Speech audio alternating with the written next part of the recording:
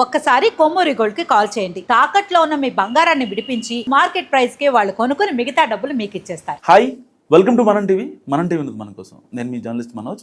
So YCP నుంచి బయటకు వచ్చినటువంటి విజయసాయి రెడ్డి కీలకమైన ట్వీట్ చేశారు. అమరావతికి చట్టబద్ధత విషయంలో రాజ్యసభలో చర్చ సందర్భంగా కాంగ్రెస్ ఎంపీ రేణుకా చౌదరి మాట్లాడిన మాటలు అమరావతి కమరావతి అని జగన్మోహన్ రెడ్డి గతంలో అన్నారని, ఇప్పుడు అదే అమరావతికి చట్టబద్ధత కలుగుతుందంటూ ఆవిడ కీలక వ్యాఖ్యలు చేశారు. సో ఇలాంటి నేపథ్యంలో వైసీపీకి సంబంధించినటువంటి 6 ఎంపీలు రాజ్యసభలో ఉన్నారు. సో ఇంక్లూడింగ్ వైవి సుబ్బారెడ్డి గారు కూడా మాట్లాడారు. కానీ ఆవిడ మాట్లాడుతుంటే ఈ ఎంపీలందరూ మౌనంగా ఉన్నారంటూ విజయసాయిరెడ్డి ట్వీట్ చేశారు. ఏనాడైనా నేను పార్లమెంటరీ పార్టీ నేతగా ఉన్నప్పుడు వీళ్ళెవరన్నా మాట్లాడితే జగన్మోహన్ రెడ్డి గారి మీద ఈగ పడితే వాళ్ళనిచ్చానా అంటూ ఆయన చాలా సర్కాస్టిక్గా ట్వీట్ చేశారు. అసలు ఆయన ట్వీట్ సారాంశం ఏంటి? వైసీపీలోకి వెళ్తున్నారా, లేదంటే ఆయనకి రాజకీయాలకు దూరంగా ఉంటాయని చెప్పారు. అలాంటి వ్యక్తి ఇప్పుడు ట్వీట్ చేయడం వెనకన్నా రహస్యం ఏంటో మాట్లాడడం మనతో పాటు సీనియర్ జర్నలిస్ట్ అండ్ ప్రముఖ పొలిటికల్ అనలిస్ట్ కట్ట కార్తీక్ ఉన్నారు. నమస్కారం అండి. విజయసాయి రెడ్డి దూరంగా ఉంటాయని చెప్తారు, లేదంటే వ్యవసాయం చేసుకుంటా అని చెప్తారు.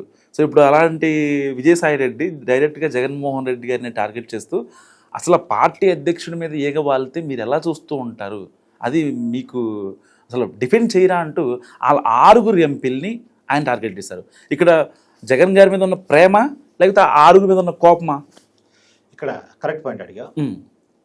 అమరావతి మీద రేణుకా చౌదరి మాట్లాడిన మాటల సెగ జగన్మోహన్ రెడ్డి గారు తగిలింది. ఆ సెగ తగలకుండా అడ్డుకోలేకపోయారేంటి అనేది విజయసాయి రెడ్డికి ఉన్న బాధ. ఎగ్జాక్ట్లీ. రేణుకా చౌదరి చాలా గట్టిగా మాట్లాడారు. పెట్టరా పేరు అమరావతి, పిలవరా పేరు కమరావతి అని చెప్పేసి ఆమె మాట్లాడారు.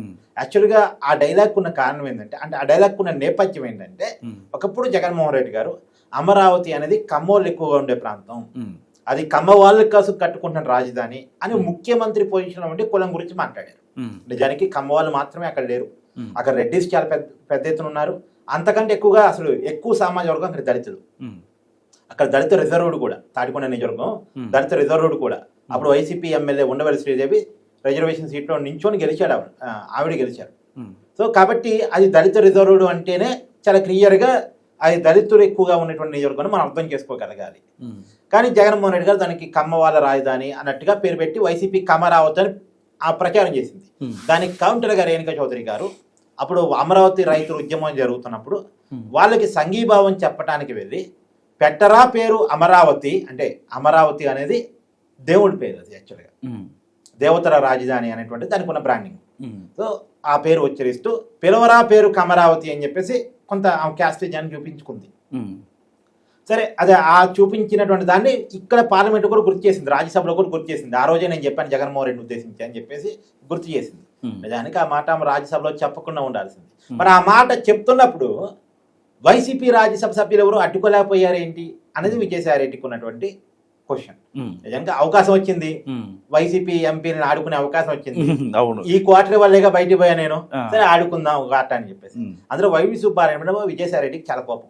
ఎందుకంటే విజయసాయి రెడ్డి ఉత్తరాంధ్ర ఇన్ఛార్జిగా ఉన్నప్పుడు విజయసాయి రెడ్డిని పక్కన పెట్టి వైవి సుబ్బారెడ్డిని ఇన్ఛార్జిగా పెట్టాడు జగన్మోహన్ రెడ్డి. నన్ను తీసి ఆయన పెడతారా, అసలు ఆయన పర్ఫార్మెన్స్ ఏంది, నా పర్ఫార్మెన్స్ ఏంది అని ఇప్పుడు విజయసాయి రెడ్డి చూసారా, నేను ఉంటే అక్కడ వేరే ఉండేది సిచ్యువేషన్ అని వైసీపీ కార్యకర్తని కనెక్ట్ చేసుకోవడం కోసం వైసీపీ. మరి నిజానికి వైవి సుబ్బారెడ్డి ఏమో జగన్మోహన్ రెడ్డికి బాబాయ్, సొంత బాబాయ్. విజయసాయి రెడ్డి బాబాయ్ కాదు, ఇంకోటి కాదు. అంటే వాళ్ళ పార్టీలో నెంబర్ 2 లీడర్గా కొనసాగిన వ్యక్తి జగన్మోహన్ రెడ్డి గారికి ఆడిటర్, వాళ్ళ కుటుంబానికి లాయదు అంతవరకే. ఇప్పుడు వైవి సుబ్బారెడ్డితో బంధుత్వం ఉంది, విజయసాయి రెడ్డితో బంధుత్వం లేదు. కాకపోతే విజయసాయి రెడ్డి జగన్మోహన్ రెడ్డి కోసం జైలుకు కూడా వెళ్ళాడు. విజయసాయి రెడ్డి కనుక అప్రూవ్ గా లొంగిపోయి ఉంటే జగన్మోహన్ రెడ్డి కేసులు ఈ పార్టీ తేలుండే. కానీ అప్రూవ్ గా లొంగిపోకుండా చాలా లాయల్ గా ఉన్నాడు, జైలు జీవితాన్ని గడిపాడు. బయటకు వచ్చి పార్టీని అధికారంలో తీసుకురావడంలో కూడా విజయసాయి రెడ్డి చాలా కీలకం. అక్రమాస్తులు సంపాదించడంలో విజయసాయి రెడ్డి కీలకం, జైలుకి వెళ్ళి లాయల్గా ఉండటంలో విజయసాయి రెడ్డి కీలకం. జగన్మోహన్ రెడ్డి కేసులు తేలకుండా ఉండడానికి ఆ పార్టీ అధికారంలో ఉన్నప్పుడు లేనప్పుడు ఢిల్లీ స్థాయి లాబింగ్ నడపడంలో విజయసాయి రెడ్డి కీలకం, పార్టీని అధికారంలో తీసుకురావడంలో విజయసాయి రెడ్డి కీలకం. కానీ వన్స్ పార్టీ అధికారంలోకి వచ్చిన తర్వాత వీడు తెలివి కలవాడు, ఈ తెలివి కలవాడు మన పక్కన ఉంటే ఎప్పుడైనా పార్టీని లాగేసుకుంటాడు ఏమో ఒక భయంతో. ఎందుకంటే జగన్మోహన్ రెడ్డి గారు ఎప్పుడు కూడా తెలివి కలవాలని పక్కన పెట్టుకోడు. సరే అవకాశం లేనంత వరకు పక్కన పెట్టుకుంటాడు, తప్పదిగా ఇతను ఉండాల్సిందే అనుకున్నంత వరకు పక్కన పెట్టుకుంటాడు. కానీ తన చేతికి అధికారం వచ్చిన తర్వాత ఈ తెలుగులో నా పక్కన వద్దు అనుకుంటాడు. ఇప్పుడు ఎందుకు షర్మిలని జగన్ దూరం పెట్టాడు చెప్పు, నీ ఉద్దేశం చెప్పు. షర్మిల అనర్గళంగా మాట్లాడింది, ఇప్పుడు జగన్మోహన్ రెడ్డి అనర్గళంగా మాట్లాడలేడు, స్క్రిప్ట్ లేకుండా మాట్లాడలేడు. షర్మిల స్క్రిప్ట్ లేకుండా మాట్లాడేది, అందుకే షర్మిలకి ఇంపార్టెన్స్ ఇవ్వలేదు జగన్మోహన్ రెడ్డి. చెల్లి తల్లి విషయంలోనే భయపడేవాడు, తన నెంబర్ 2 విషయంలో భయపడ్డా. విజయసాయి రెడ్డి స్క్రిప్ట్ లేకుండా మాట్లాడతాడు, గట్టిగా మాట్లాడతాడు. స్వస్థత కూడా జగన్మోహన్ రెడ్డి కంటే విజయసాయి రెడ్డికి బాగుంటుంది.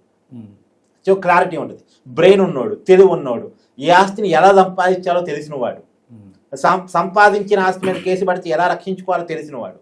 అందులోనూ జగన్మోహన్ రెడ్డి గారి గురించి గూడు పుటాని మొత్తం తెలిసినవాడు.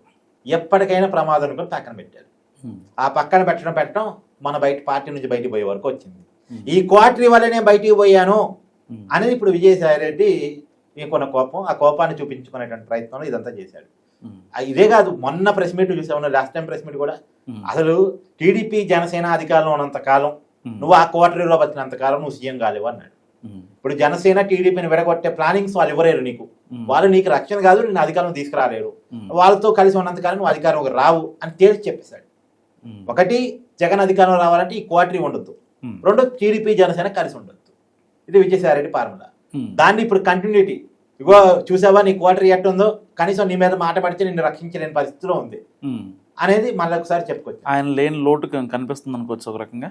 వైసీపీలో లేని లోటు కనపడుతుంది ఖచ్చితంగా. ఇప్పుడు నిజానికి నీకు విషయం చెప్తాను, 2019 ఎన్నికల కంటే ముందు నేనే వీడియో చేశాను. విజయసాయి రెడ్డి తన సన్నిహితుల దగ్గర వైసీపీ ఓడిపోతుందని చెప్పాడు. వైసీపీ ఓడిపోతుందని 2024 ఎన్నికల కంటే ముందు, రిజల్ట్ కంటే ముందు చెప్పేశాడు. అందుకని గ్రౌండ్ రియాలిటీ మనకు అర్థమైంది. కొద్దిగా విజయసాయి రెడ్డి కొద్దిగా ప్రాక్టికల్ గా రియాలిటీలో ఉండే మనిషి.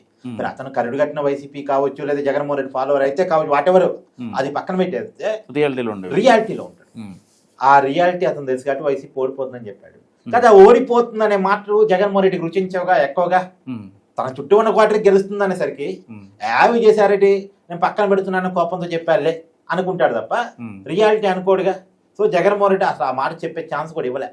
వైనాట్ 175 అన్నాడు, 11 సీట్ల పరిమితి అయిపోయాడు. సో జగన్మోహన్ రెడ్డి ఆ క్వార్టరీ నుంచి బయటపడితే నిజంగా చాలా మంచిది. విజయసాయి రెడ్డి సూచనలు సలహాలు జగన్మోహన్ రెడ్డికి పనికొచ్చాయి. అవి మంచియా చెడ్డయ్యా పక్కన పెట్టు, కానీ జగన్మోహన్ రెడ్డికి మాత్రం పనికొచ్చాయి.